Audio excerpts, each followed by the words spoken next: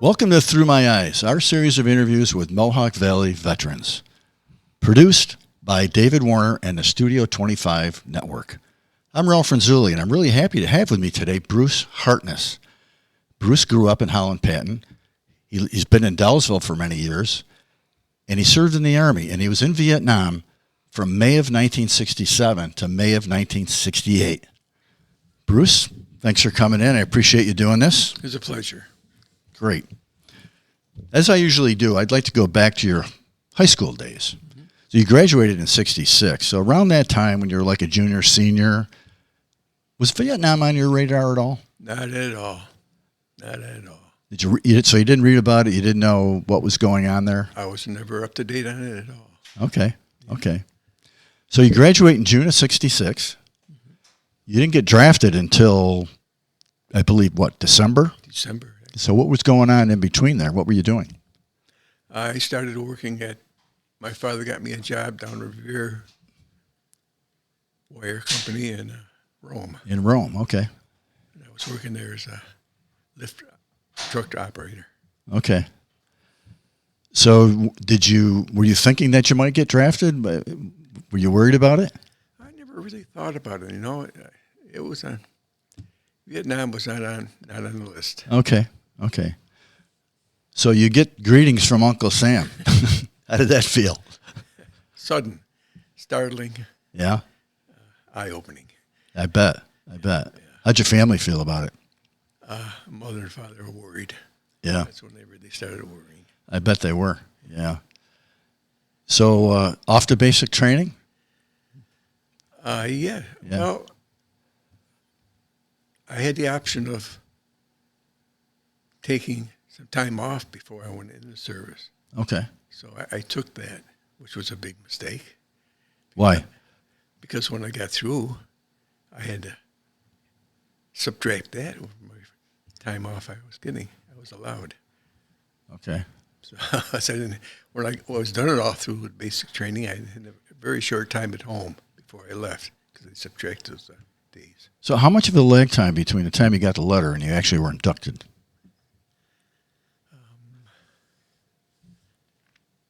Probably 2 weeks.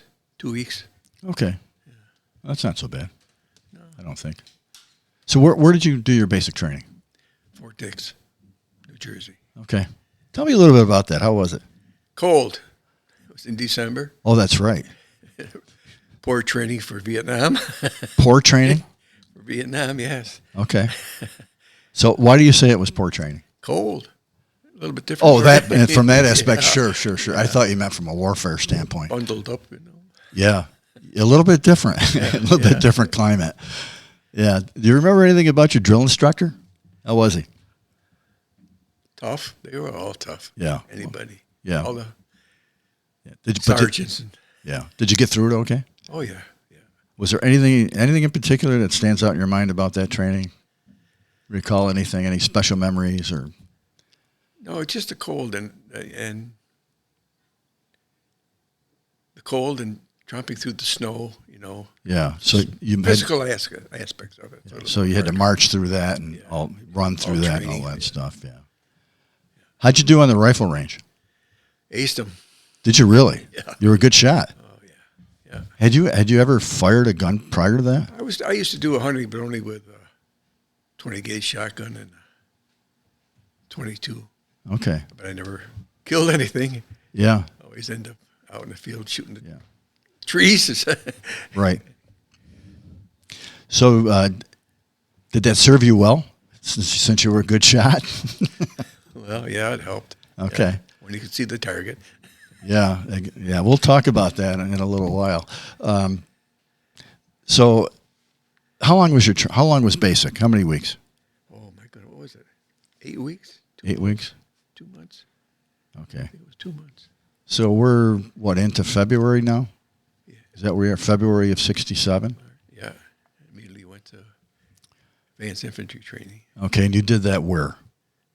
Fort Benning. Fort Benning. And what was that training about? What did you learn there? Well, of the whole company that went to advanced infantry training, only 2 of us went.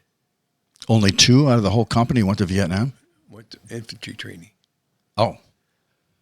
Okay.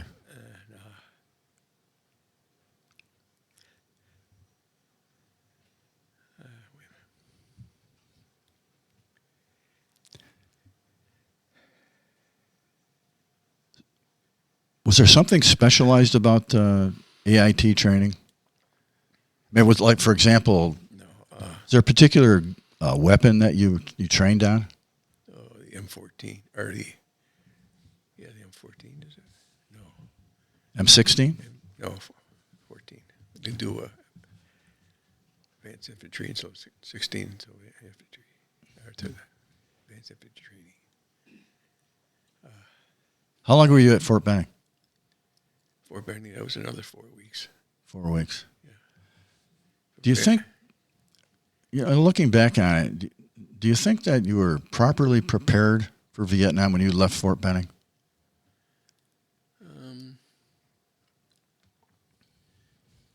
Yeah, I think so. So it was good training? Yeah, Okay. I would say so, yes. Did you go anywhere else after that before you went to Vietnam? Or was that your last stop before you went there? That was my last stop. Yeah, Okay. And you had to leave after that? Did you come home? yeah for short leave, yeah. Short leave? Okay. So now you're you said you were 11 Bravo, right? I wanted to mention that, which for people who don't know, 11 Bravo is infantrymen, otherwise known as a grunt, right? Okay. So tell me about how you got to Vietnam. I assume you had charter flight. And where'd you go? Where'd you fly from? A whole plane full of us. Okay. Up to, went to Fairbanks. From Fairbanks, we flew over straight to Vietnam. Straight over? Cam Bay. Cam Bay. You landed in Cam Bay. Cam Bay. Okay. So one of the questions I always like to ask is when they opened up that door of the plane and you stepped out, what was that like? What were you thinking? Instant heat just struck you in the face, Yeah. A little reality set in.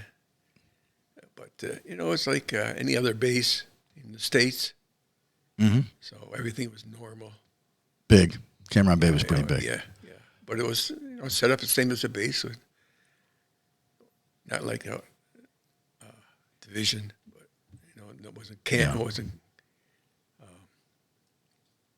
Quonset huts. It was regular buildings for... Yeah, sure. What'd you do for the first few days when you were there? Physicals, going through different physicals and tests. Mm-hmm. In fact, of all the tests that I took, the worst test I've ever took was in infantry. Really? Yes, it was my lowest grade. What do you mean by that, infantry? What did that consist of, the test? I mean, do you remember what question they would ask? Yeah, working a map. It's physical things that you do out in the field that you have to do. Okay. Yeah.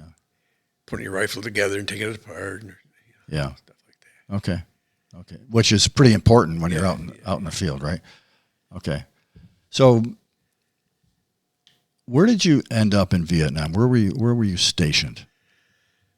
We went to 4th Infantry Division, was stationed just outside of Pleiku. Okay. Up north. I was sent to B Company, 1st Battalion, 8th Infantry, 4th Infantry Division. Okay. So Pleiku, and I'm picturing the map in my head here, and because Vietnam was divided in 4 sections militarily, I think that was what they called 2 Corps? 2 Corps. Yeah. So it was I Corps, I think. It was I Corps. Different. All right. So it would be in the north, right on the border, right near the border of Cambodia, right? Right. Very close. Yeah. Okay. There. Okay. So how did you get from Cam Bay up to Pleiku? Helicopter or Huey. You flew on a Huey? Huey, yep. Okay. How many guys in that Huey? Like 6, 7, 8 maybe? Yeah. Wasn't that many. Hey, had you ever been in a helicopter prior to that? No. No, it took no training in a helicopter in the States. No, I never. Okay. Were the doors open? No. Yeah. They weren't open? No. Because a lot of the Hueys had door gunners on the sides.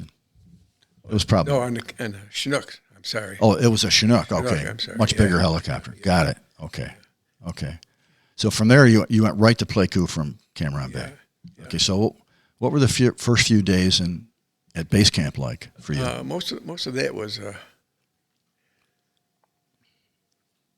getting used to the hour change, and then we would go out in the field to familiarize yourself with the terrain, and especially the hour change, the different hour changes, try to get our bodies and to train or get used to the hours.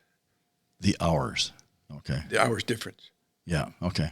It was never any contact with anybody. It was going in a safe zone. It's just so this is make like sure you got a rucksack on your back. You just get to familiarize yourself with that. So it's like an orientation. Right. Yeah. So did you have experienced people with you who had done this before, who were experienced in combat or anything like that, as a sort of a mentoring kind of a thing? Squad leader, Squad leader? Each squad had his own sergeant. Okay. Yeah, he was with us all times. All right. So what'd you have to carry in your rucksack? You had to have 3 days of meals, any personal things you want.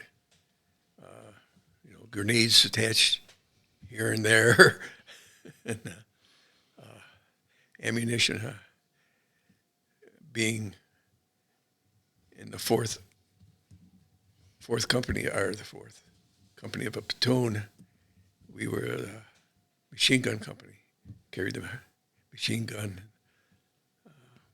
You carried a machine gun? Yes. Okay. Grenade launchers. So we had we carry them.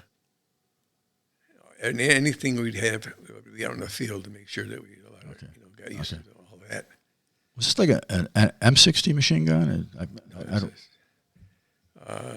M16 was a 6.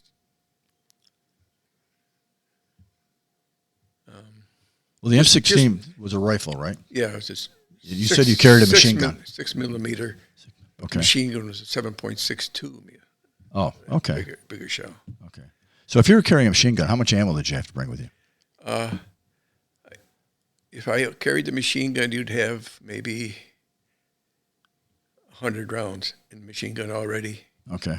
And the guy you exchange the machine gun every other day would have the rest of the machine gun strapped down across his chest.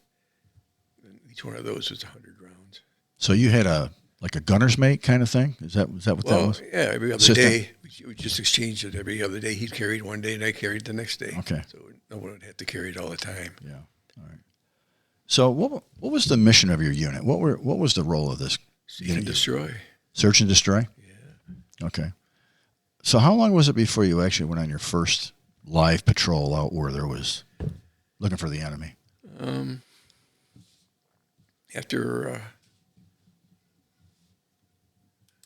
4 days after we got our training out and getting used to everything, we were shipped out to our company. Shipped out? You say shipped out to where? From, I couldn't tell you where it was. I know it was out in the field someplace. Out in the bush someplace. Yeah. Oh, okay. Did you walk there, or did you fly there? It was Huey's. Okay. Huey's took us out there. Okay.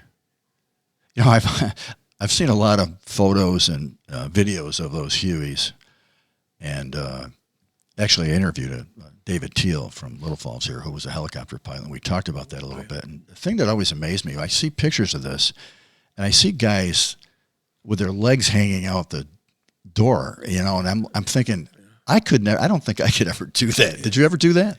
No, there was a room for probably 4 people on each helicopter. In a seat? In a seat. Okay. But you weren't strapped in or anything? No. Okay. No. Turns were kind of... Well, yeah, you see them banking, and you wonder why people don't fall out of the helicopter. I always wondered about that. If you see that guy who did the helicopter, ask him why he didn't land. Every time he brought the troops in, why he kept it about a foot and a half above the ground. We had to So they wanted to hover because they wanted to get their ass out of there as soon as they could. at least I know why I fell out. I jumped out one time. I buried my barrel up in a gook, and I couldn't fire in if I could. Oh, no Because it was kidding. all plugged up. I had to wait until I clean it. Yeah. You know? Yeah. Well, right when you needed it, probably. Yeah. Holy Ask him why he smokes. did that. Yeah. He wanted his safety for himself. Some guys have talked about jumping off those helicopters into elephant grass and getting all cut up. Did that ever happen to you? No, we didn't have any elephant grass. Not up down, there. That's down south, Yeah. So, speaking of that, tell me what you're in the Central Highlands, mountainous, right? Yeah. What was that like up there? You must have climbed a lot of hills. Well, every mountain you climbed up, you went down. Yeah. And you couldn't go around. You didn't want to go around because the enemy would always take the high ground, so you always wanted the high ground. Mm-hmm. So it was always up and down, never around. How long did it take before you had to fire that weapon? Oh, I couldn't tell you. Do you remember what your first firefight was like? Oh, yeah. Oh, can you tell me about it? We were dropped into this, actually it wasn't on top of a hill, it was kind of in a valley. We were dropped into a valley and huge trees, they're unusual trees at the base of them are what fans out. Mm-hmm. I mean, it really fans out. I mean, you could get between where they fanned out and you could huddle right in it. In fact, we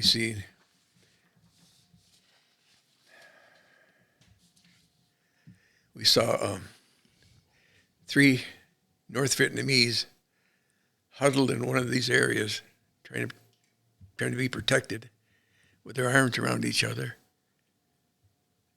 It wasn't a bit of blood. The only blood was coming out of the ears. It was just a shock, concussion from the artillery rounds that killed them. Oh. So we had these big trees, and that's where we would try to get behind or get into just below a hump in the ground. Mm-hmm. Something for cover, right, Yeah, I would anything. think. Yeah. So these 3 guys were dead. Yeah. So up in that area, you mentioned North Vietnamese. There were primarily NVA troops there? That's all we saw. Yeah, that's all you saw. There weren't any Viet Cong up there. Never saw one. And from what I've heard from different people and read about, the North Vietnamese troops were well-trained, good fighters. Is that true? Yes, they were. Yeah. They were persistent. I mean, I imagine the King Kong were too, but they would. Weren't very afraid to get close to you, get up front and close. They came right at you. They came right in. Yeah. How close did you get to one of these guys? Oh my goodness, 25 feet, maybe. Really? 20 feet, something like that. What's it like when you have to shoot someone? Oh, yeah, no, you don't think about it. You just do it. It's a reaction. Well, it's either him or you, Yeah, I suppose. It's just a reaction. Yeah. Do you ever get over? Do you ever get used to that? I mean, you were there for a year. Do you ever get used to it? I can't imagine that you would. No, never did. Yeah. No. Never felt remorse towards it. Well, you were doing your job. Yeah, I never thought about it. Yeah. So I'm trying to picture in my head something like that happening. How do you had to be scared. How did you deal with the fear? How do you manage that and go out and do this like every day when you have to go out on a patrol like this? How do you deal with it? I couldn't tell you. I mean, it's all just sudden reaction. You just reacting so fast. Mm-hmm. You don't have time to think. Oh well, should I swing it this way? Should I swing it this way? You just go in the direction it's coming from. You just don't have time. Yeah. It's fear. There's fear. You get shaky and get tense.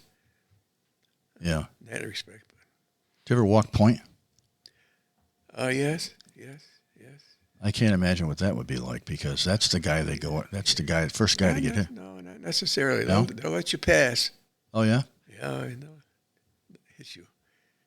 Get the majority of the ones there. They just don't want the front people. They wait until it pass. Yeah. Well, I was thinking that it's the machine gunner that maybe they'd want to take out because of your weapon. Well, you wouldn't be carrying a machine gun in the front. You'd be Oh, behind okay. him, behind. Oh, okay. You would, in fact, you'd be maybe 5 to 10 meters ahead of everybody else. Yeah. In general, how often did you see combat? On a monthly basis,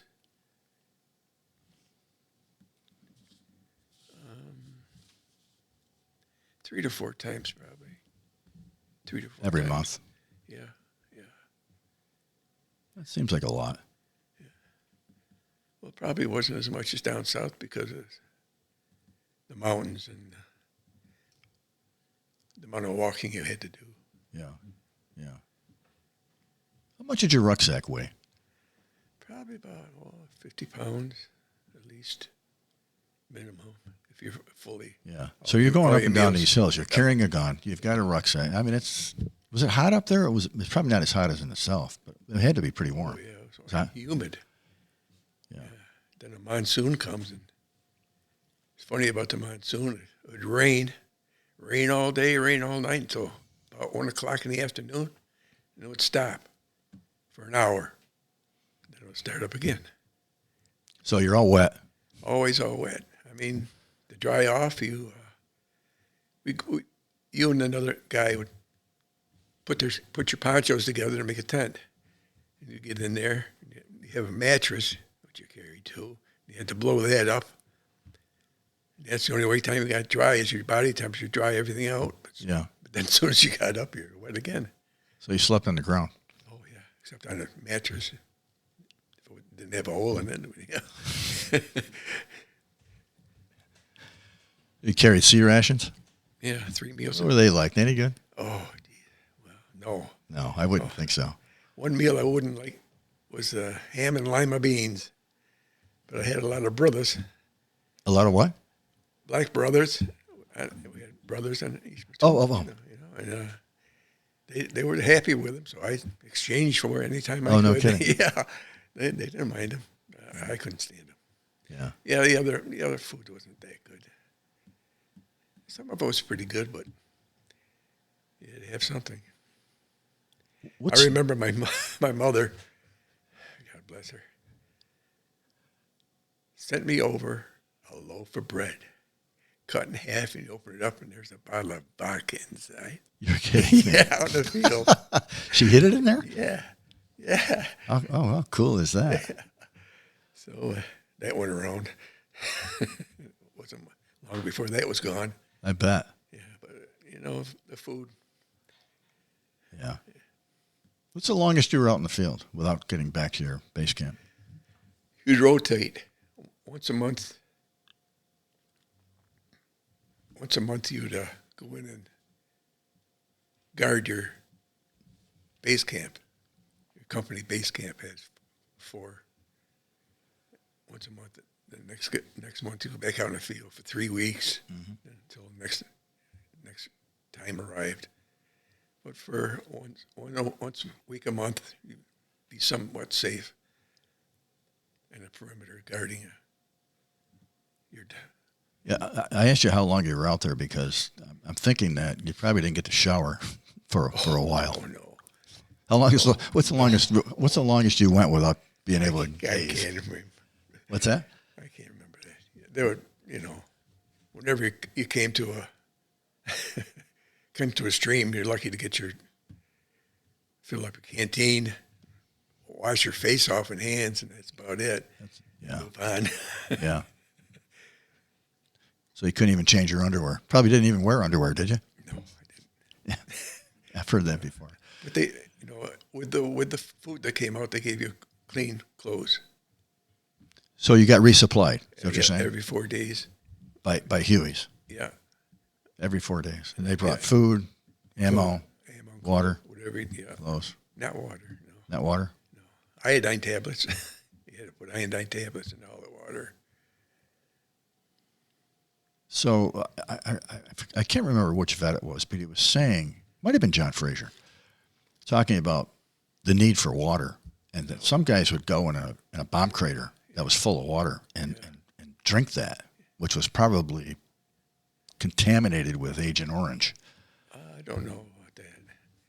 But she had to have an iodine tablet. She always put an iodine tablet in Yeah. whatever water you got anywhere, Yeah. even the stream water.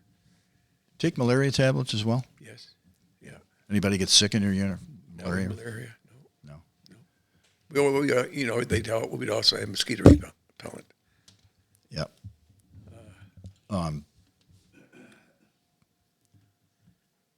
Getting back to the combat aspect, you had how many? You were in a platoon, obviously. How many guys in your platoon?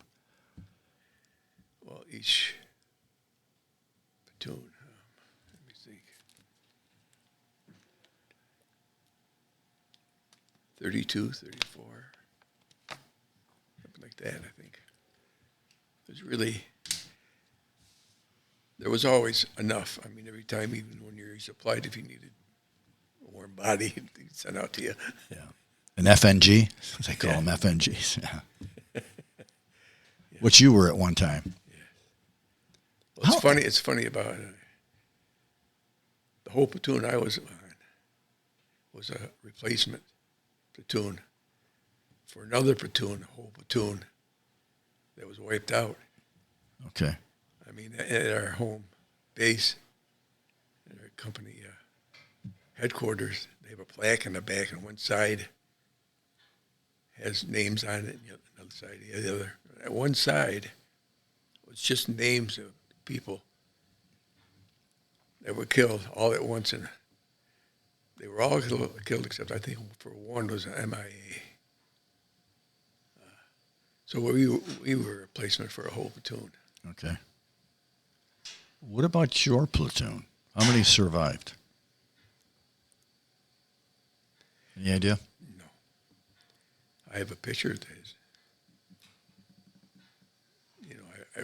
I marked off the picture with the, Oh, that's right. You showed that to me. Of all the guys that didn't make it. well, they didn't come back. That didn't come back. Some of them were wounded so bad that they never came back, and the other ones were killed. Okay. So I couldn't tell you. Yeah, but it was a lot. I mean, it was. Yeah, there's quite a bit of rotation here.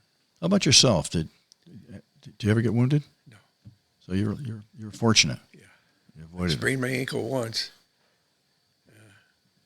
I was sent back because of that. Sent back to where? Company, Company.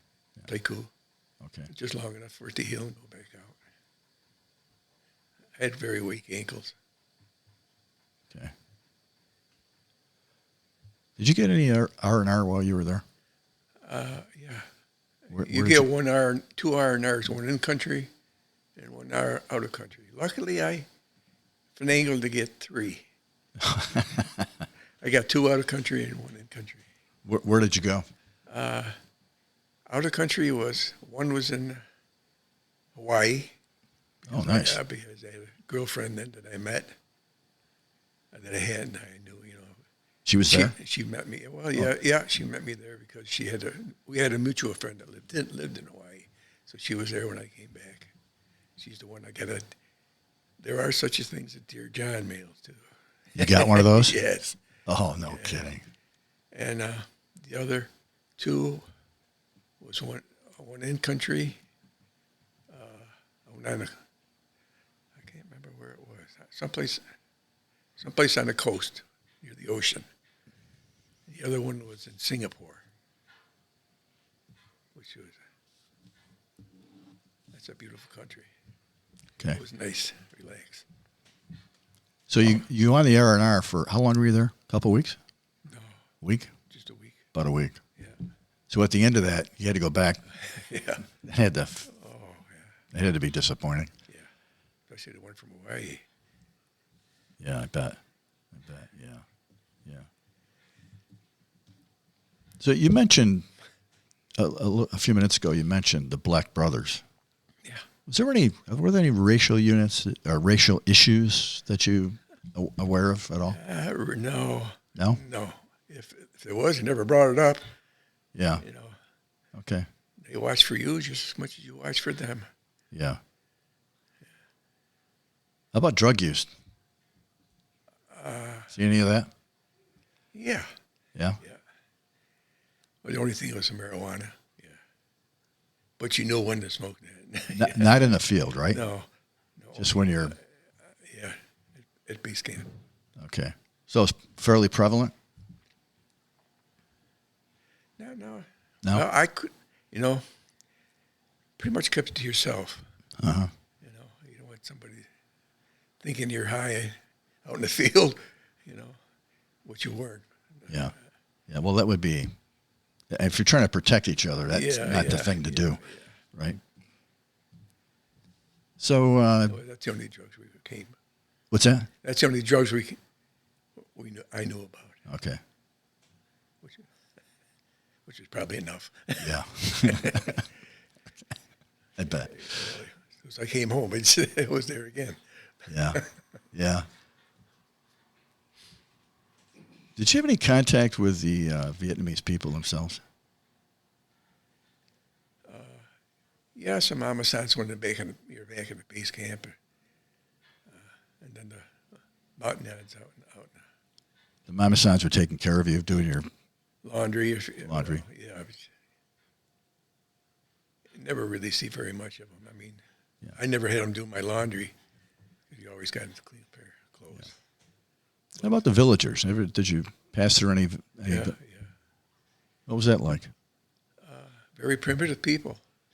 So you're talking about the Montagnards? Yeah. I think I'm saying that right, Yeah. Montagnards? It's all right. Yeah. What were they? You say primitive. Loincloth. Yeah. But they kept to themselves. But if you needed something or could convey to them what you needed, they were there to help you. Mm-hmm. So they were friendly to the Americans. Yes. Yeah. Helped you out. Anyone that we ran across. Yeah. Okay. Can you tell me what your worst day was there? Tet.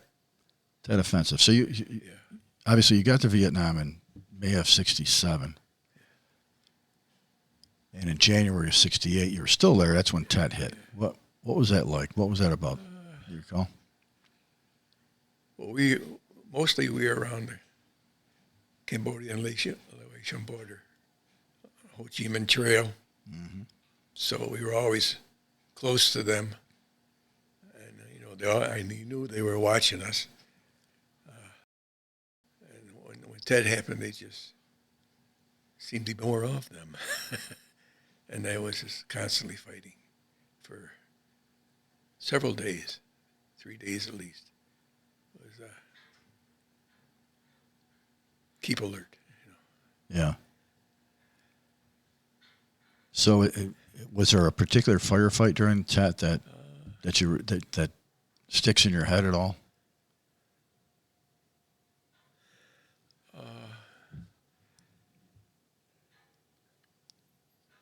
Yeah. Had a close name named Alvarez. In fact, he's sitting next to me in a picture of the platoon.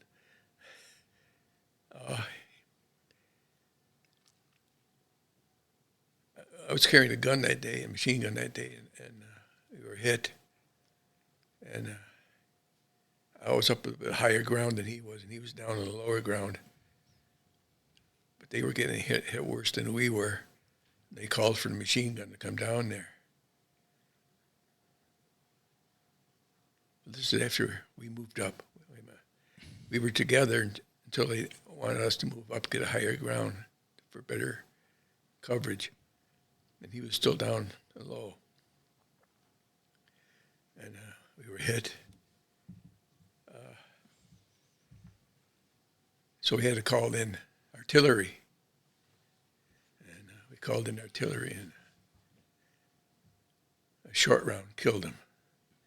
And I thought about, I've had dreams about that, not in a long time. That I was just down there.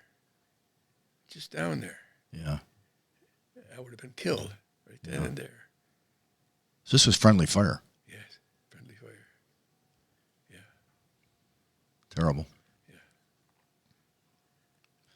So you knew this guy. Oh, yeah. Obviously. Yeah. Yeah, we were close. Yeah. Like I say, he sat right next to me in our platoon picture. Yeah. Great guy.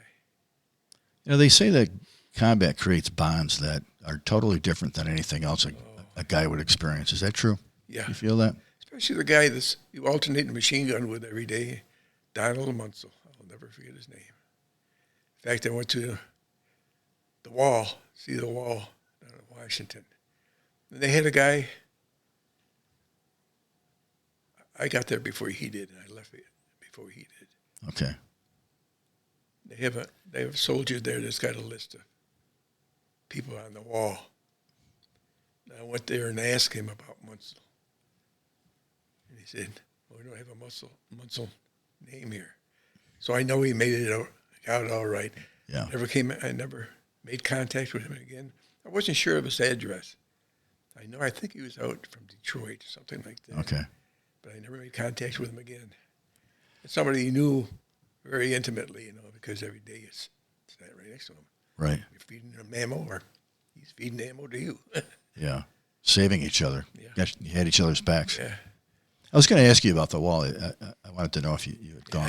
Yeah. Obviously, you did. Well, it had to be pretty emotional, huh?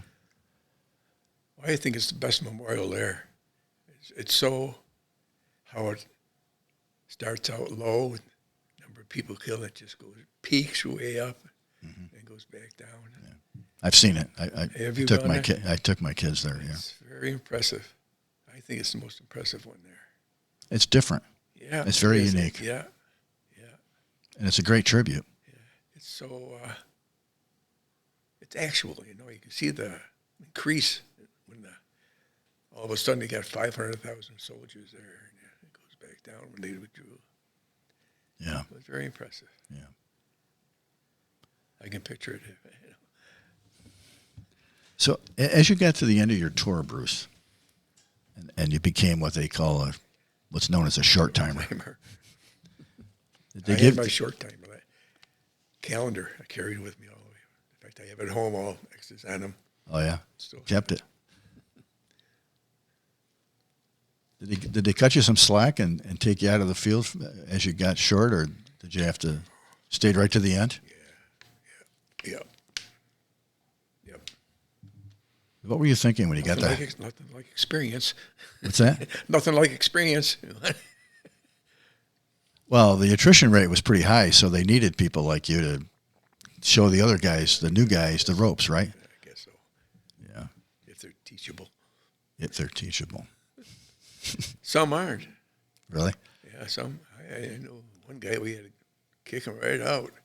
Tell him, take him out of here. Get him out of here. Dangerous to have around? Yes. So, like, what would he do, or what didn't he do that he should have done? He didn't do. What he didn't do? Coward. A coward. I can't say he's a coward, but he wouldn't fight when he needed to be fought. He was scared. Yeah. Too scared. Yeah. Yeah, I would imagine you need people that are going. Temperamental for everybody else. Yeah. So, how were you feeling when you finally got out of there? Elated. Yeah. Elated. Oh boy. You bet. So, Huey came, picked you up, and brought you where? How did that happen? Back to Division. Okay. Division sent us down to Cameron Bay.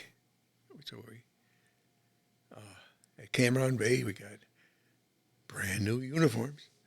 Right off the rack, dressed in that. And just a whole plane load of us. Everyone on that plane was a soldier. Mm-hmm. Going back to San Francisco, we landed. What was it like at Wheels Up? It's this big grin on your face. You just made it. Relieved. Yeah, you made it. Yeah. They can't send you back. Yeah. Not unless you volunteered. A year and done. 1 year and out. Yeah. So where did you land in the States? San Francisco. So it would have been 67, May of 68. Or 68, rather, right. So that country was in some turmoil back then. Were there any protesters at the airport? You see like that? I say, you got off the plane in your military uniforms. And I had civilian clothes that, were at my division base scans that are filed away someplace in a box that you Okay. grabbed when you want to come home. And you got off the plane and you walk through the terminal in your uniforms. You get some. You don't get the second look at a long stare. You turn away. So as soon as I got there, I went into the restroom and changed my clothes. Change your clothes. Changed my clothes. Got out of them. Got my civvies. Yeah. Some say they were spit at, called baby killers. Did you hear any of that? No, I never heard that. Didn't hear that? It's just to turn away. Yeah. But there were protests. So obviously, here you are, just back from Vietnam.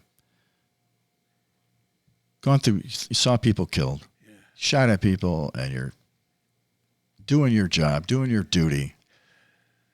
How did that make you feel? Half the country's against the war. I could see at their point, because when I became a civilian, I became that completely against the war. So I was. Were you? Yeah. I could relate to them, and there was no animosity towards them when I came home. Yeah. I could see that, but I didn't want to know what's going through their head. Yeah. So you say you were against the war. Why were you against the war? Well, you had to be there, I guess. What's the use? Wasn't worth fighting for? You knew it was unwinnable. It's unwinnable. You knew it. Yeah. How did you feel about the strategy that the government had and the way the war was fought, rules of engagement, all that stuff? Just mad they weren't talking to each other. Governments weren't talking to each other. It seems like it could be resolved some way, but all administration, whether Republican or Democrat, wanted that country. They wanted it. But in terms of stop the in terms of on the ground fighting, the way you had to fight, were you okay with that? Oh, the way. I mean, let me give you an example. I've read about, like, for example, a hill had to be taken. Yeah. Whether it was the Marine Corps or the Army, you'd take the hill, Yeah. stay there maybe a week, you'd leave, and then the North Vietnamese would take the hill back, and there was never any ground gained. Yeah. Right? I mean, it's kind of nuts, isn't it? It is. Yes, it was. It has to be frustrating. Well, you knew it was unwinnable. What's the use of doing that? Yeah. That's what turned me off to everything. The stupid things that they. Yeah, and of course, for. Then you had the whole Cambodia thing. I mean, you were very close to. You were probably in Cambodia. Yeah, I was. And that was before Nixon was telling people that we were in Cambodia, which was one of the things that fueled the protests. So were you there often? Did that happen a lot? I couldn't tell you. Yeah. Oh, there's no line. Yeah, you didn't know. They just said, go here. I know we were in the Idrang Valley for quite a number of times, in and out of there constantly because they'd be there. That's right along the Ho Chi Minh Trail. And so I couldn't tell you what I was in there or out of it. But it happened. I had been in there. Yeah. Okay. So what did you do after you got out? I assume you had what? You must have had a few months left in your enlistment, right? Or your I had until December. I got home. And pulled up. My mother and father met me at the plane. And I got in a car. And she let me drive home. I drove for the first time in a year. I got home. As soon as I got home, took the car and went to a bar. Why am I not surprised? Commenced to drink some real beer. What was the first good meal you had? Mom's lasagna. Oh, Mom's lasagna. Yeah, you bet. Yeah. And her dessert, apple pie. She was a great cook. Yeah, I bet that had to be. Well, that's how I became a diabetic, by eating all her sweets. Yeah, that's rough. Yeah. Tough sacrifice to make, right? Yes. Yeah. But when I got drunk, he came home and slept it off.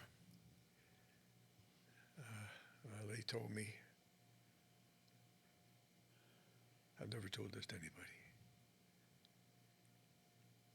They told me they'd hear me in the middle of the night yell out Alvarez's name, but I don't remember it. Never yelled it loud enough to wake me up, but they said they'd hear me. So I'd wake them up. So you had some nightmares. I guess. Yeah. But I can't remember. Probably just shut it out. Yeah. I must have. Yeah. That was so, vivid at the time. Area 50 yards of where I could have been killed. I was there. Luck of the draw, right? Lucky, yeah. He was in the wrong place at the wrong time. You were in the right place at the right time, unfortunately. But I carried a machine gun and he didn't. That's why I got up on the hill. that day, so if you hadn't have been carrying the machine gun, you would have been on the lower ground. That's right. Man, I could see where that would stick in your head. Yeah. Anybody ask you about your service after you got back? No one. No. Not that I can remember. I had a cousin named Dwayne. He talked to me about it. Mm-hmm. And he's the only guy I talked to about it. Well, I remember when we worked together at the paper mill many, many years ago. I was shocked when I found out that you were in Vietnam because obviously you never had said anything about it. And I'm not sure how that conversation came up, but I remember you showing me a couple of pictures of you were walking through the jungle or the mountains or whatever with that machine gun around and ammo around your neck. And I thought, oh, my God, But we never talked about it again after that. Most guys didn't, right? They didn't bring it. They just. I don't think so. I can't say what other ones did. Yeah. It wasn't too many guys. I can't remember. There was, in my area where I lived, I think there was only one other person I knew of that had been to Vietnam. Mm-hmm. I don't think we even talked about it that much. I don't think we talked about it. Some things you shut right out. I don't know. Yeah. I might have talked to him about it, but it wasn't an in-depth conversation. Okay, yeah. I knew several guys in Little Falls who it wasn't until many years later I found out they were in Vietnam. And I knew these people, partied with them, or out drinking together and stuff, and never even knew it. And then I looked back and I thought, yeah, they were a little squirrely, but I never really attributed it to, I didn't know, and they were, Some of them, like you, saw heavy combat, and, you wondered, wow. Well, it's a big reason probably why I got into drugs after I came home. To try to blot out that. Yeah. Heavy duty stuff? Yes. Yeah. Well, no heroin, LSD, yes. Marijuana, yes. Yeah. Daily. Yeah. Yeah. To the point where you're addicted to it? Well, yeah. Psychologically, yeah. Yeah. Not LSD, but I'd be out there buying an ounce bag. Yeah. Whenever I ran out. Well, it was popular anyway back then. I mean, it is now, but back then, obviously. Yeah. Well, then everybody else knew about it, and that would turn a lot of people off automatically if you did that. Well, I saw a lot of that. I mean, I was on campus from 69 to 73. I mean, it was, if you didn't know about pot, you were living under a rock, for crying out loud. Yeah. So thinking about this whole thing, I mean, how did it change you as a person? It had to have an effect on you, your experience in Vietnam. I'm a lot quieter than I was, let's say, before I was drafted. I'm a lot quieter. Mm-hmm. I don't really talk about my life's events to anybody. That's a big change, I think. Mm-hmm.